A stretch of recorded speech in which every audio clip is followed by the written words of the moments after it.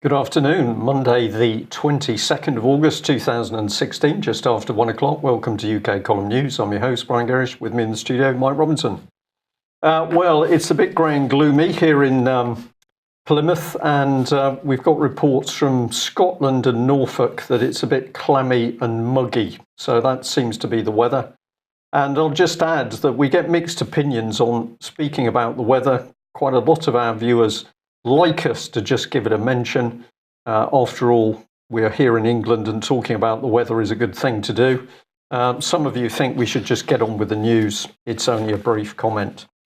Well, what have we got? State of the nation, I think, today, Mike, overall. Overall, yes. But we're going to start off with the Catholic Herald here, reporting that Lawrence Soper had been arrested. This is a couple of days old. He actually arrived back in the UK today and was arrested at Luton Airport. So this is the former Roman Catholic priest who's accused of historic sex offences against boys mainly. I think it's all against boys. Offences at St Benedict's School in Ealing, which is in West London. He taught there in the 70s and the 80s. 4 charges, including buggery, gross indecency, indecent assault against a victim from 1972-76. Another boy, 14, and various other charges and so on. But he was arrested in Kosovo, where he seemed to have been hiding out for the last while. But they've been looking for him for 5 years. Pretty impressive policing, Mike. They can't get to grips with what's going on around Westminster.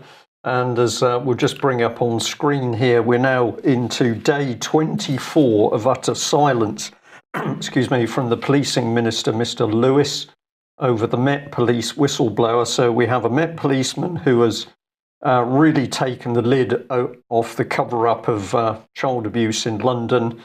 Utter silence from the policing minister, Mr. Lewis.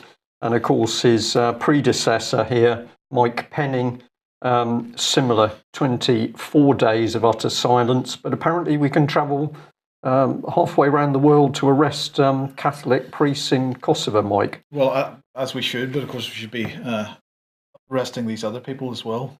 Well, too difficult because they're too close, apparently. Close, yes. Too close. Just before we move on, I'll just mention that we snipped out the section from Friday's programme of Alex discussing the Doherty case, and that's now up on the front page of the UK Column News, UK Column website as a separate article. If you could distribute that, it would be fantastic, because we've put the 10 questions which Alex mentioned underneath the video clip.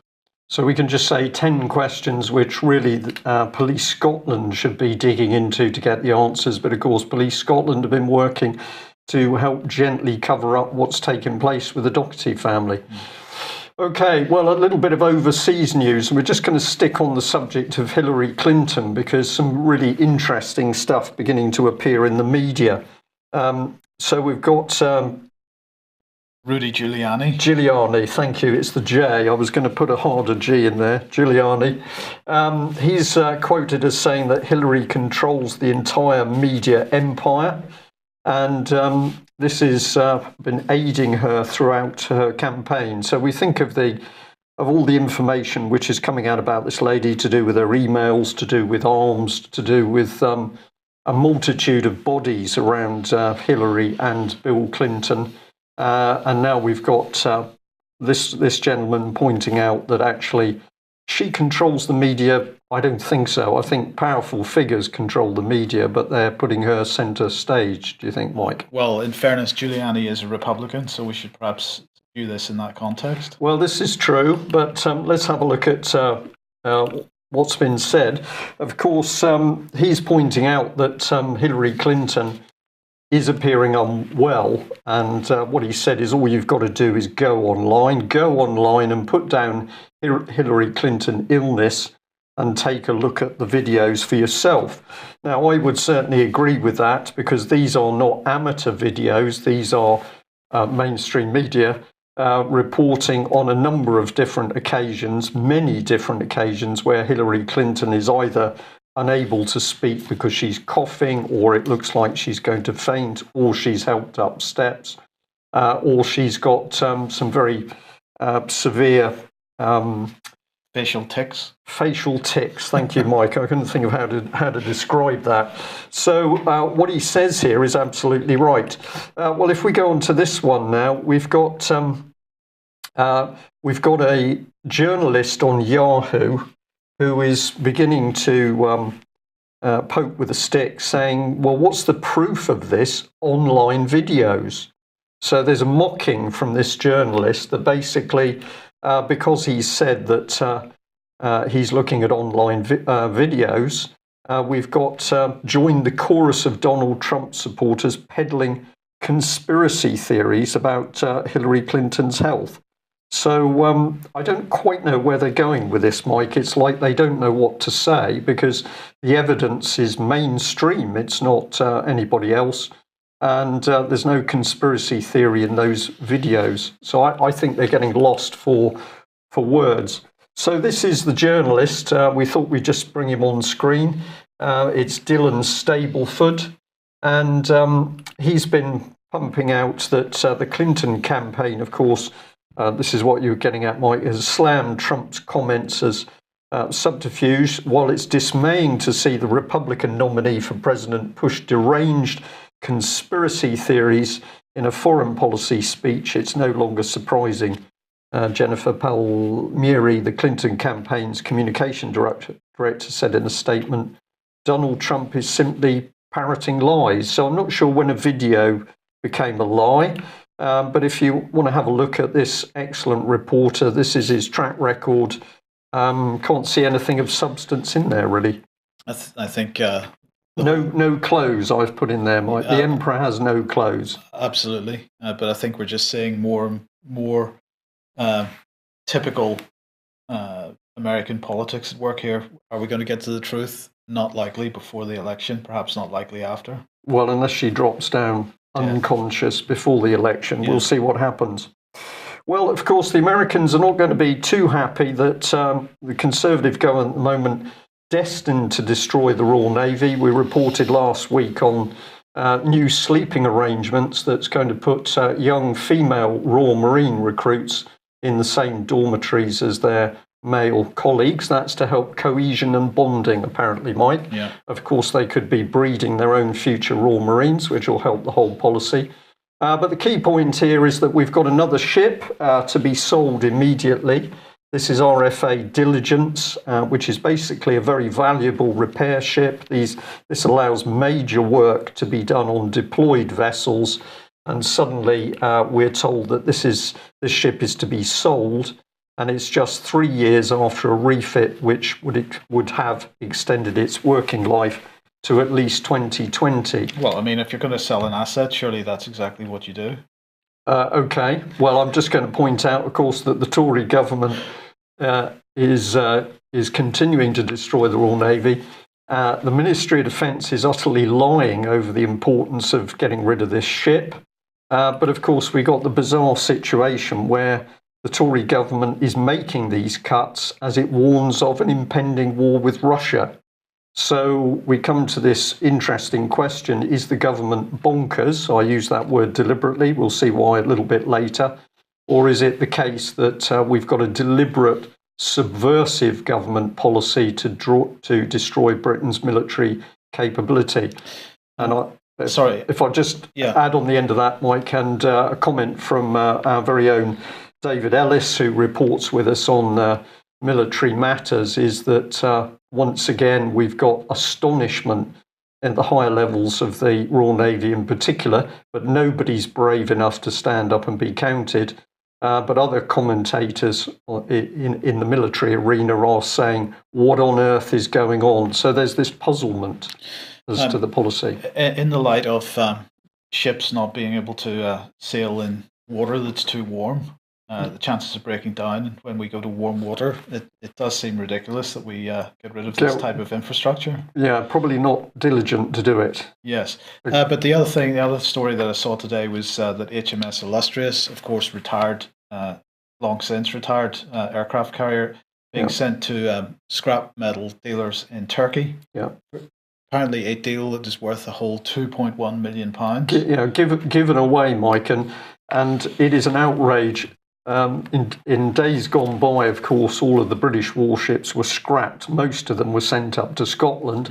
So you were getting rid of a warship, but what were you doing on the back of that? You were keeping British jobs going, and the steel, the scrap steel, of course, went back into the steel industry. Absolutely. So, I remember for years heading to Stranraer, Carlingford Lough, full of old ships. And in Inverkeithing, one of the big scrap yards. So this is a double insult. You destroy the nation's ability to defend itself, and then you give away those publicly funded assets to Turkey, did you say? Turkey, yeah. I thought Turkey was now slightly towards the untrustworthy nation as far as the Foreign Commonwealth Office. It's just business. Just business, okay. Okay, well, let's get on to Larry, Curly and Moe here, the Three Stooges. This is quite an incredible story, really, in some respects, because the utter childishness of it is staggering. Of course, who are we talking about? Boris Johnson, Liam Fox and David Davis. These guys all in or around the Foreign Office.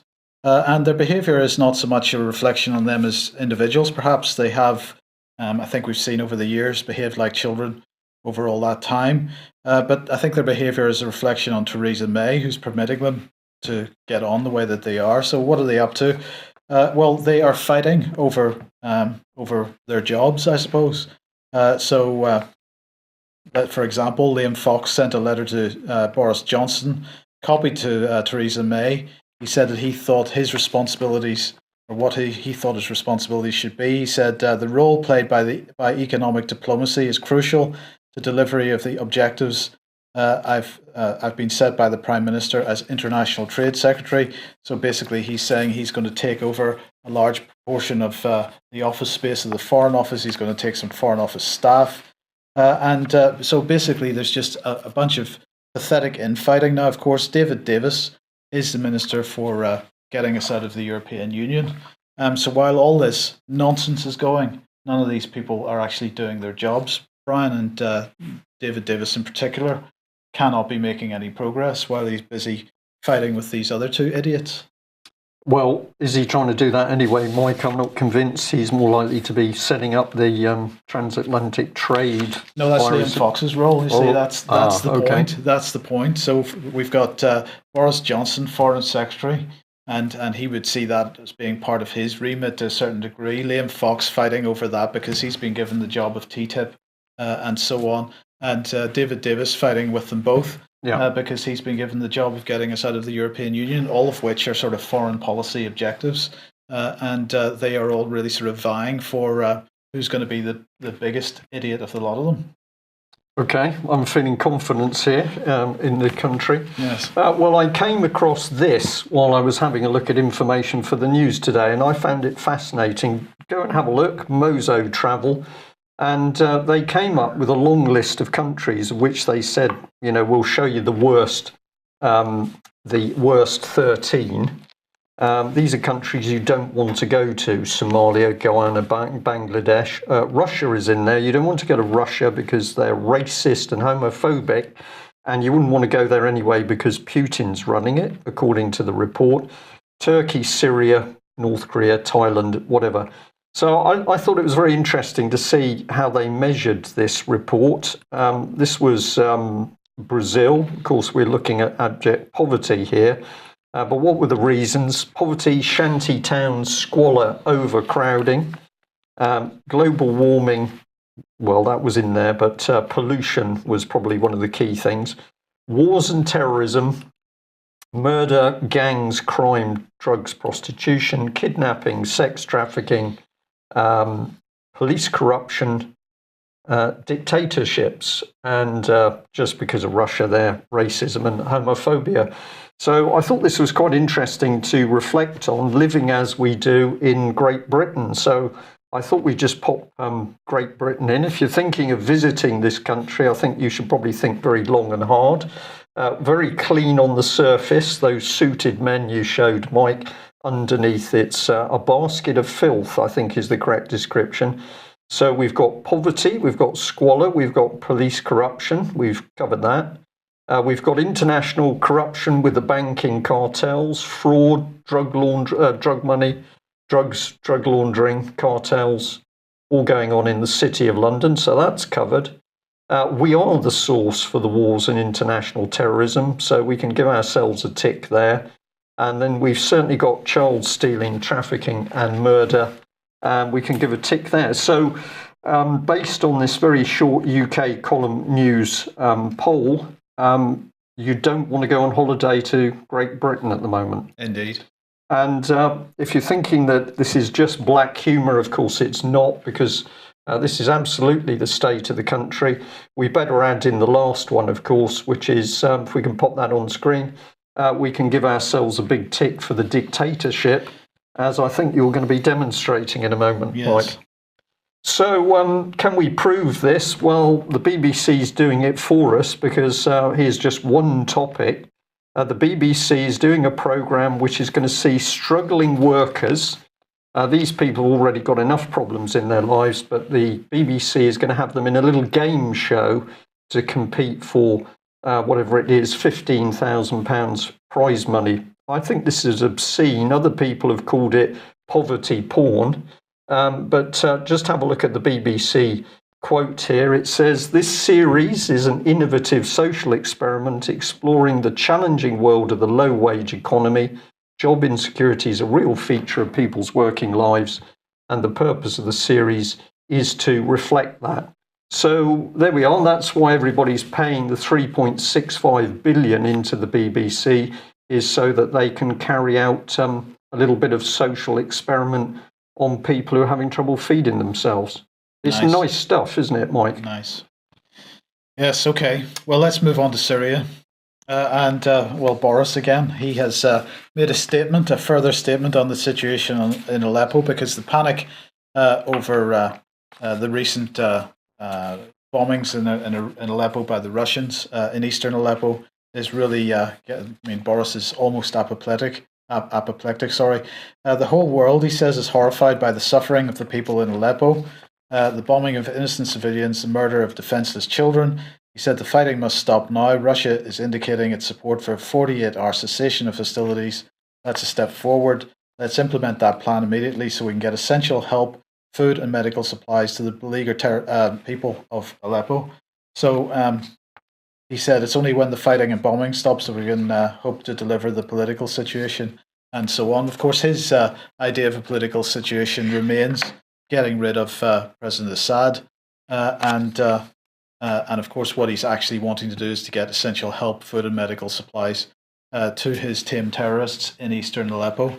Now, if anybody hasn't heard Patrick Henningson's Sunday Wire from last night, part 2 of Another Road to Damascus, because Vanessa Beeley is still in Syria. He had a couple of excellent guests on there, and another report from Vanessa. Do listen to that. That's episode 149 of the Sunday Wire on 21stCenturyWire.com and Alternate Current Radio. And of course, that's real reporting, Mike. It's coming in live from the country, yes, which is something, of course, we never get with the BBC. Too busy with exploiting poor people. No, they rely on people in council houses, Syrian Observatory and Human Rights for their information. Yes. Anyway, Yemen, of course. Now here is an article from Haaretz called "The Forgotten Endless War in Yemen," and their point is absolutely right. 2.8 million Yemenis at high risk, 500,000 plus children in danger of starvation. They've nowhere to go.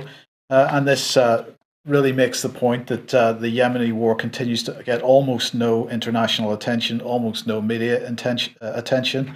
They say while hundreds and thousands of children are in distress, the UN remains silent, mainly for fear of a Saudi economic boycott. When was the last time you saw any videos or television reports from the war in Yemen?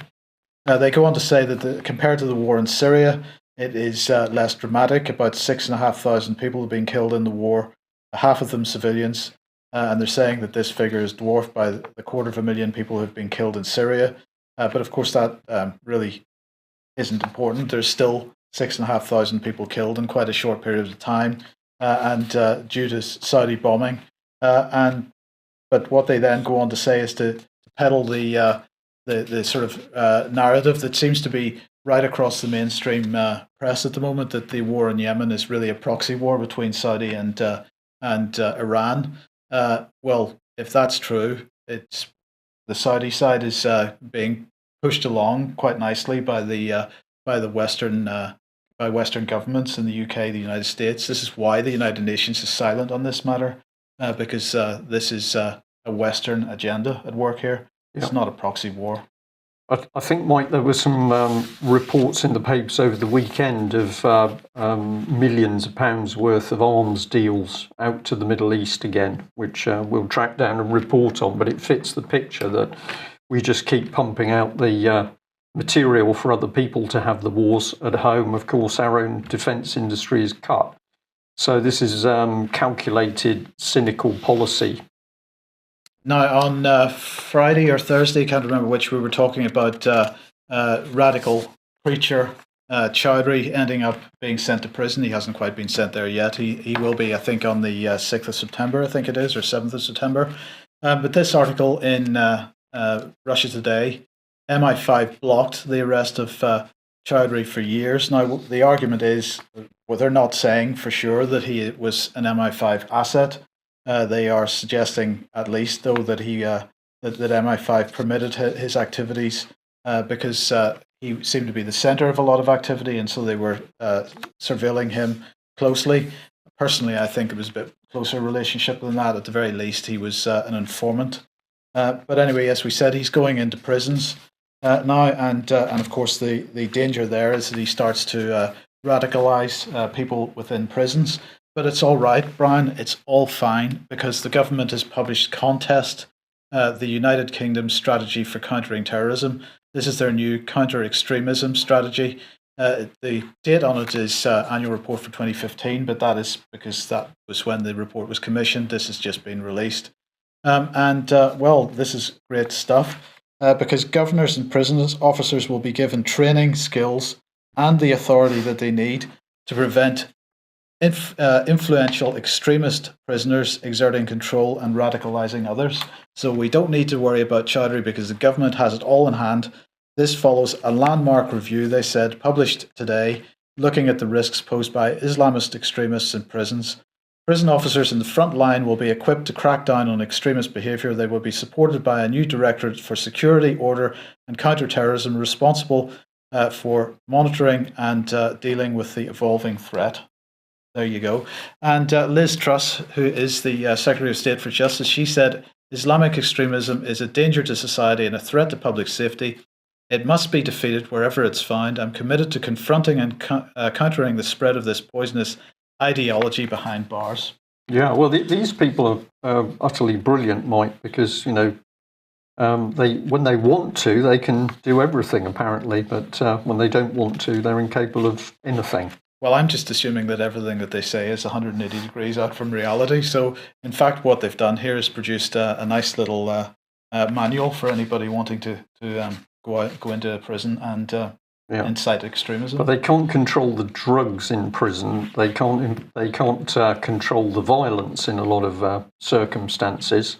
But we're to believe that now they've got the wherewithal to get in and stop the Muslim extremism, such as they say exists. And part of the way they can do that is by having prisons to put all these guys together so they can talk to each other. Yes. Yeah, great. Okay, well, if we're talking about countering extremism, then what we're going to expect to see, of course, is more armed police on the streets. So thank you to our viewer who flagged up this little one. It's our local paper again, the Plymouth Herald. And here's the title, Traffic Police Look into the Eyes of the Dead. Says officers in harrowing account of fatal RTA. I've just seen a child the same age as my son die in front of me. I've seen his family fall apart. And that's just the start of a whole blog talking about death. Looking into the eyes of the dead is the headline here. But it seems interesting that what we've actually got are armed response officers revealing the effect of post-traumatic stress. I don't get a comfortable feeling about this, that we've got armed police who seem to have more than a few problems. So maybe somebody can help us out here. I'm well aware that at the moment the suicide statistics for the police are climbing rapidly as a result of post-traumatic stress. But we've got an officer here who's allowed to post his unhappiness and disturbance of what he's dealing with, almost like an agony aunt blog, by a police force which wants more of its own officers to be armed. So have a think about that, but I don't get a good feeling about it. Okay. Where does that take us? Well, where it takes us is to independent QCs. Bulk PARS, REPA, the Investigatory Powers Act. This is an independent QC. David Anderson, QC. He is the independent reviewer on everything that the government does with regard to bulk data collection, with regard to investigatory powers. I just wanted to put his picture up there so that we know who we're speaking about. He has just released this report, the report of the Bulk Powers Review. Well, it's all systems go, Brian. The report says that bulk interception is of vital utility to security and intelligence agencies. Bulk acquisition of communications data is crucial in a variety of fields, including counterterrorism, counterespionage, and counterproliferation. An operational case for bulk equipment interference has been made in principle, and that bulk personal data sets are of great utility to the security and intelligence agencies. So everything that Theresa May would have wanted him to say, he has said. Theresa May then had a comment. She said, "I'm grateful to David Anderson for his report, in which the government has provided unfettered and unprecedented access to the most sensitive information about our security and intelligence agencies' capabilities." So he at least has got some insight into what they're capable of. Nobody else has, but he has issued his report saying that everything's fine. The agencies need all this bulk data collection capability. So everything that they've been doing unlawfully to date is fine. Yeah. Okay, so selling the data sets to the Americans was one little dirty deal they were doing. Spying on people they shouldn't have been spying on was another one. And now we need to do more of that more efficiently in bulk. And so I did tick the dictatorship box because that is where this country has arrived. Theresa May, I believe, the most dangerous prime minister this country has had. And of course, what's the reason for that? Well, she's backed up by this massive state spying apparatus, which of course they're demonstrating with the prisons objective is that they're going to get that into the prisons as well. So you're not even going to be safe when you're protected by the state. Absolutely. Right. Constitutional reform, big issue for us over the last few years. And the Bill of Rights. Well, of course, we don't have a Bill of Rights, we're told, except that is a picture of the Bill of Rights that you're seeing there. Actually, it's a Declaration of Right, which is the common law treaty, which came just before the Bill of Rights, but it's basically the same document.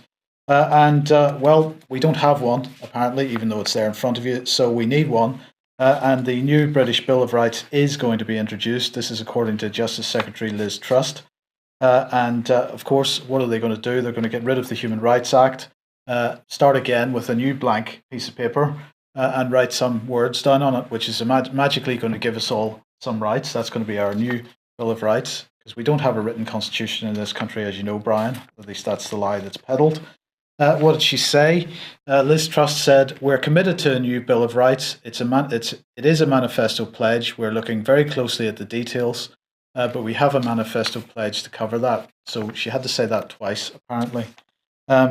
So they are committed to that, or they should be, and away we go. Because this is stripping away rights as fast as possible. Well, this is absolutely right, and this is really my point over this whole issue of human rights and whether human rights are a good thing or a bad thing. Many people believe that human rights are a good thing because it writes down on a piece of paper what our rights are. But my point is, it starts off from a blank piece of paper. The British constitutional position is that we have unlimited rights.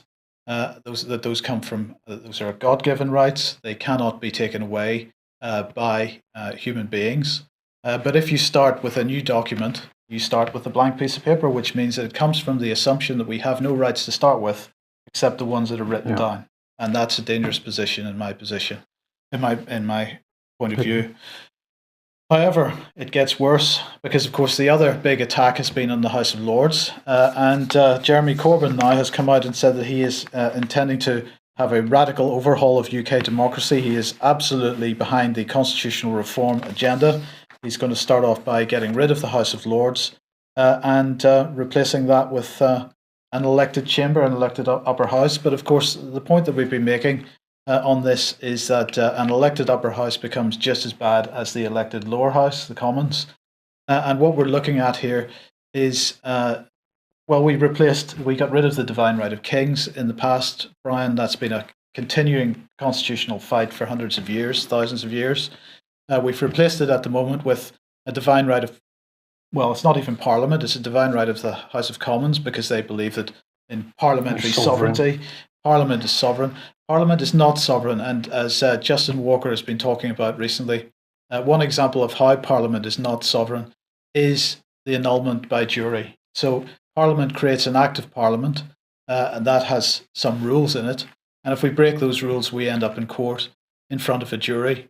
Now, the jury has the power to say that these rules are not appropriate. So jury has the right, a jury in a court of law has the right to override the will of Parliament. Parliament, therefore, is not sovereign.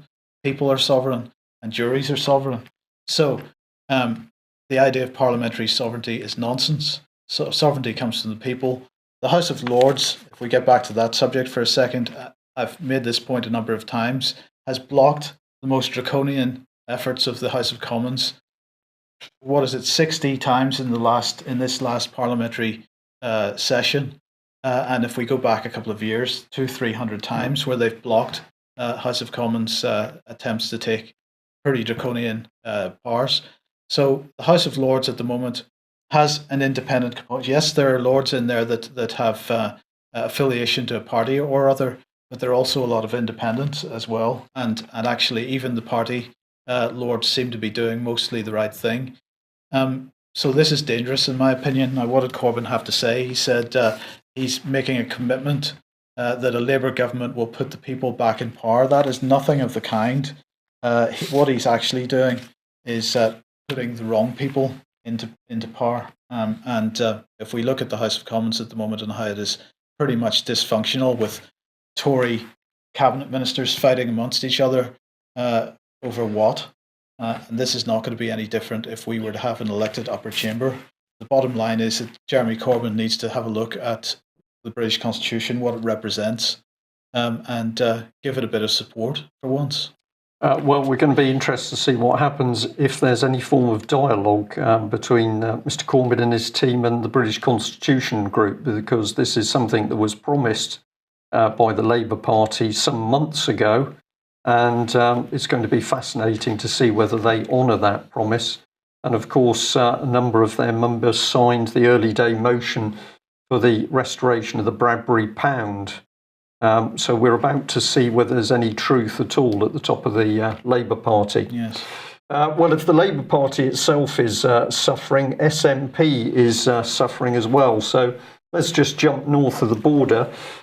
This is the Express. Apologies, I should have that labelled there, but it's come from the Express. It's a video clip which shows Nicola Sturgeon being confronted by constituents on the streets of Govan Hill, her own constituency, and there's pretty hard-hitting information coming out. Now, a lot of this is around the fact that they're having a lot of problems around the Romanian immigrant community, 3,500, as it says here, packed into a few streets of ramshackle tenement blocks in Govan Hill. But if you look at the article in the paper, you will see pictures of the streets covered in rubbish and all sorts of problems going on there. But the local constituents point out that Miss Sturgeon's constituency is so dangerous now that she gets an escort when she goes there for the police. And the police have given it its own designator, Golf Echo 68, the most violent area of Glasgow. So this is what one of the constituents said. She Nicola Sturgeon, lives 8 miles away in a plush neighbourhood where the issue of the slum doesn't affect her. So this is really classic. This is where it goes. This is where it will go in England, Mike, I suggest, if we let these politicians carry on. What comes in is a dictatorship, a fiefdom, and they simply do as they like because they're not going to be affected by the damage that the policies do. So that's a pretty interesting one. But we got another indicator here of how bad things can be, because this is an interesting headline from the Express. It says Gravesham Borough Council court lying down. That'll be a £75 on the spot fine. There's the word, dictatorial council. And this is part of the key reply from the council itself. We expect enforcement officers to use common sense. Well, we're going to say that's a false message. What's really going on? Don't worry, there's a law and there's power with it, but trust us, we won't use it. That's the false message. But the dangerous message in the headline is bonkers. A bonkers council has announced this. So here is the paper trying to make out that this is some silliness that really we shouldn't worry our heads with. They're all a little bit bonkers, but no problem. Well, the UK column, of course, was alone when we pointed out where councils were going, and we used the example of this man. He's John Tradewell, the Director of Democracy, Law and Transformation. That's quite a title for a solicitor, and this is Staffordshire Council. And we just remind you what this man said in a text that was part of the Civil Service magazine. I'm starting to believe that the new power, the general power of competence, could end up being the most important 13 words ever for local government in this country. This isn't because they actually give us any great new powers, but I'm not sure they add a great deal to the well-being powers in the 2000 Act, nor is it because they will change the default setting from can we do this to we can do this.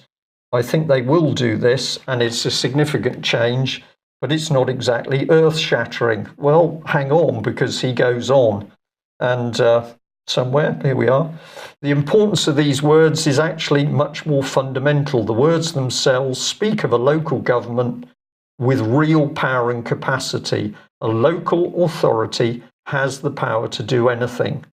These are the words that everyone will hear and understand. Lawyers may read on into the detail, but not many others will go further than these words. So there we are. A local authority has the power to do anything.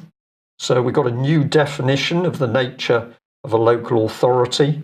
And this is pretty dangerous stuff, Mike, where we have an individual who should be a servant to the public calmly saying, well, we are the law. We're going to make the law up as we wish. This is so far from being constitutional. It's unbelievable. Let's just restate the constitutional position in this country once again. The only being capable of having the power to do everything is a human being, flesh and blood, man or woman. A local authority, a corporation, these are considered to be dead under the British Constitution, and therefore they have the power to do nothing unless they're given that authority through the law, an act of parliament where we consent to it, and so on. That is why policing is by consent. That's why government is by consent. That's why we elect people.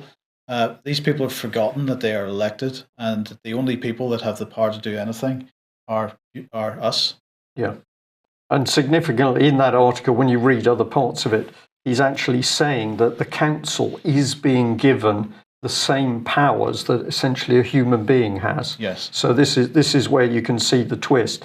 So the £75 fine is not bonkers, it's not silly. This is very, very dangerous constitutional change, which is being drifted in under our noses. Well, we can go in a different direction, and thank you very much to one of our viewers for pointing this one out. This document, which has been found through the National Archives, and basically it's a memorandum of understanding between the Health and Safety Executive, the NHS, and the police in safety incidents, unexpected death or serious harm within the NHS. Now, it was interesting. We noticed that the health and safety executive's signature is missing from this document. I don't quite know how that works, but there's wet signatures, unusual for that. But the health and safety one was missing. Well, why are we interested in this? Well, it says that investigating patient safety incidents, unexpected death or serious untoward harm is a protocol for liaison and effective communications between the National Health Service, Association of Chief Police Officers, and Health and Safety Executive. So we've got a nice little private agreement here, Mike, and these agencies have decided what to do if somebody's dying. Independence, not too sure, but this is the meat of part of it. So paragraph 14, similarly, serious injuries to healthcare workers to which this protocol does not apply, and some accidents to patients are required to be reported to the HSE by NHS Trust under the Reporting of Injuries, Diseases and Dangerous Occurrences Regulations 1995, RIDDOR. And here we have it. Accidents to patients that arise from medical treatment or diagnosis are exempt from this requirement. So we've got a nice private little arrangement at the moment that means that if somebody dies as a result of anything, neglect, malicious activity by the medical staff, that actually doesn't get covered at all. And the other thing we know, of course, is that there is no forensic toxicology. So when people are dying, there are no tests to see whether they died as a result of the very medication that was supposedly given to make them better. And particularly when we're seeing deaths of children, because there is no forensic toxicology, nobody has any idea whether the children were given drugs which were not approved for use on children. So what we're really getting at here is that the NHS is clearly now a very good place where people can be quietly disposed of. Liverpool Care Pathway. If it gets a little bit too close to the surface, there's a nice little protocol agreement with the chief police officers in place. Excuse me, but if people die as a result of the medical diagnosis and medication, well, that doesn't really matter at all. No. So, excuse me, there we have it. Some dangerous things unfolding in British society at the moment. The evidence is all there in the public domain when you start to put the pieces together, and it's up to us, the wider public, to stand up and alert those who can't see what's happening to what is really going on. This is speeding up, it's getting immensely dangerous. And if we have the likes of Boris Johnson thinking that he's part of a sovereign decision-making body, Theresa May, who's built the biggest state spying system seen in the West, we're heading into pretty stormy waters, really. Mm. Okay, that ends today's news. We'll be back at the same time tomorrow. Join us then. Thank you. Bye-bye.